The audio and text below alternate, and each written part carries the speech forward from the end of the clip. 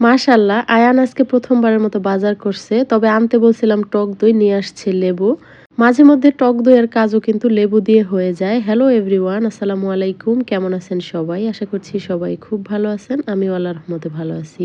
ছোলা বুট আমি প্রত্যেক বছর আগে থেকে ভিজিয়ে ফ্রিজে রেখে দেই, আর যেদিন ইফতার বানাই সেদিন বের করে নেই।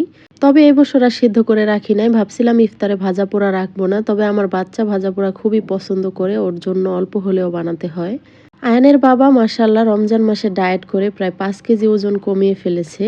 ইফতারে কোনো ভাজা পোড়া খায় না, সেহরিতে ভাত খায় না। তো এরকম করে আসলে সবারই এরকম একটা হেলদি লাইফস্টাইল ফলো করা উচিত।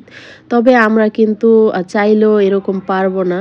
ওজন কমানোটা কিন্তু খুবই টাফ। তবে এটা যে এত তাড়াতাড়ি সম্ভব করতে পারবে সেটা আসলে অবিশ্বাস্যই ছিল। যাই হোক, আসলে দুনিয়াতে চেষ্টা করলে কোনো কিছুই অসম্ভব না। সবকিছুই কিন্তু সম্ভব করা যায়। আজকে আমার বাচ্চার আবদার ছিল রোস্ট পোলাও খাবে, তো আমি রান্নাটা একটু আগেই বসিয়ে দিয়েছি। এই কড়াইটার মধ্যে রান্না করে মোটামুটি ভালোই লাগছে। তবে ইন্ডাকশনে রান্না করার সময় যে কোনো কড়াই দিলে লাটিমের মতো ঘুরতে থাকে, এটা ভালো লাগে না। কড়াইটা হাতে ধরে তারপর নাড়াচাড়া করতে হয়। তো আমি প্রথমে চিকেনগুলো ভেজে রেখে দিলাম। এখন পেঁয়াজের বেরেস্তা করে নিলাম। অনেকেই বলে রান্নাবান্না করাটা নাকি তাদের শখ। তবে আমার কাছে রান্না করতে একদমই ভালো লাগে না। প্রয়োজনে যতটুকু করতে হয় তাই করে নেই। তবে রান্না করতে ভালো না লাগলেও যে রান্নাটা করি মনোযোগ দিয়েই করি, আর সবাই খেয়ে খুব প্রশংসাও করে মাশাআল্লাহ। তবে সবচেয়ে খারাপ লাগে অনেক কষ্ট করে রান্নাবান্না করার পরে যদি সবাই খুবই নিন্দা করে, এরকম হয়েছে কেন, এটা ভালো হয় নাই, তখন খুবই কষ্ট লাগে। তবে এইরকম দিন অনেক ফেস করতে হয়েছে। রমজান মাসে এত কাজ থাকে, একটু বসে যে রেস্ট নিব সেই টাইমও থাকে না। তবে ঘুম থেকে একটু দেরি করে উঠা যায়, এতটুকুই। ঘুম থেকে উঠার পর যে কাজ শুরু হয় একেবারে আবার ঘুমানোর আগ পর্যন্ত কাজ আর শেষই হতে চায় না। আজকে আয়ানকে বলছিলাম টক দই নিয়ে আসতে নিচে থেকে, কারণ ওর বাবা বাসায় নাই। তো ও লেবু নিয়ে আসছে। লেবু আনার কারণ প্রথমে একবার লেবু আনতে বলছিলাম, সেটাই মনে রাখছে। মাশাআল্লাহ আমার বাচ্চাটা বড় হয়ে গেছে। ছোটখাটো কোনো কিছু লাগলে ওকে দিয়ে কিন্তু আনানো যায়। আগে ওর বাবা বাসায় না থাকলে আমার নিচে নামতে হতো, সেটা আর এখন লাগে না। তো লেবু দিয়ে আমি বাসায় টক দই বানায় নিলাম। আমার রান্না শুরুই হয়েছে যেহেতু অনেকগুলো করে রান্না করতে করতে, এখন অল্প কিছু রান্না করতে গেলে কেমনই যেন লাগে। আপনারা কি টাইপের ভিডিও দেখতে চান আর আমার ভিডিও আপনাদের কাছে কেমন লাগে সেটা অবশ্যই কমেন্ট করে জানাবেন। আপনাদের একটা কমেন্ট আমাকে খুব ইন্সপায়ার করে।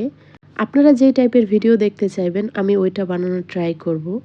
এদিকে দেখতে পাচ্ছেন কতগুলো প্লেট বাটি জমা হয়ে আছে।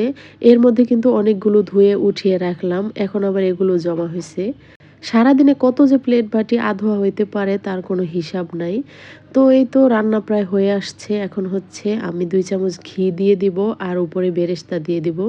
যেহেতু এটা পরে আবার গরম করতে হবে, আমি এতটুকু ঝোল রেখে দিচ্ছি। আর এমনিতেও আয়ান রোস্টের ঝোল খেতে পছন্দ করে। এই তো রান্না কমপ্লিট। তো রান্নাটা কিন্তু দেখতে মাশাআল্লাহ খুবই সুন্দর লাগছে। খেতে কেমন হয়েছে জানি না। তবে রান্না করার পরে যে রান্নাটা দেখতে সুন্দর লাগে ওইটা কিন্তু খেতে ভালোই হয়। আর এদিকে আমি পোলাও বসিয়ে দিয়েছি। আজকে রান্নাবান্না একটু তাড়াতাড়ি করে ফেললাম। আমি সবসময় একেবারে সহজ ওয়েতে রান্না করার ট্রাই করি। যেই পদ্ধতিটা একেবারে সহজ ওইভাবেই রান্নাটা করি। এদিকে আয়ানের বাবা নিচে নামার জন্য ফোন দিয়েছিল। তো এখানে আয়ানের আর ওর বাবার কিছু টুকিটাকি জিনিসপত্র কিনে নিয়ে আসছে। আয়ানের জন্য সানগ্লাস আর ঘড়ি আনতে বলছিল। এজন্য আয়ান আজকে খুবই খুশি। বাচ্চাদের কিন্তু বড় কোনো আবদার থাকে না। ছোট, ছোট ইচ্ছে পূরণে বাচ্চারা খুব খুশি হয়ে যায়। আর এই আয়ানের বাবার ইফতার। হেলদি ডায়েট আর হেলদি ইফতার। এই কাঁচা ছোলা বুটগুলো খেতে এত বাজে লাগে। তো যাই হোক, আজকের ভিডিওটি কেমন লাগলো অবশ্যই জানাবেন। আর ফলো অ্যান্ড সাবস্ক্রাইব করে দিবেন। আর ফ্রেন্ডস অ্যান্ড ফ্যামিলির সাথে শেয়ার করতে নিশ্চয়ই ভুলবেন না। সবার সুস্বাস্থ্য কামনা করে আজকের ভিডিওটি এখানেই শেষ করছি। সবাই ভালো থাকবেন। আল্লাহ হাফিজ।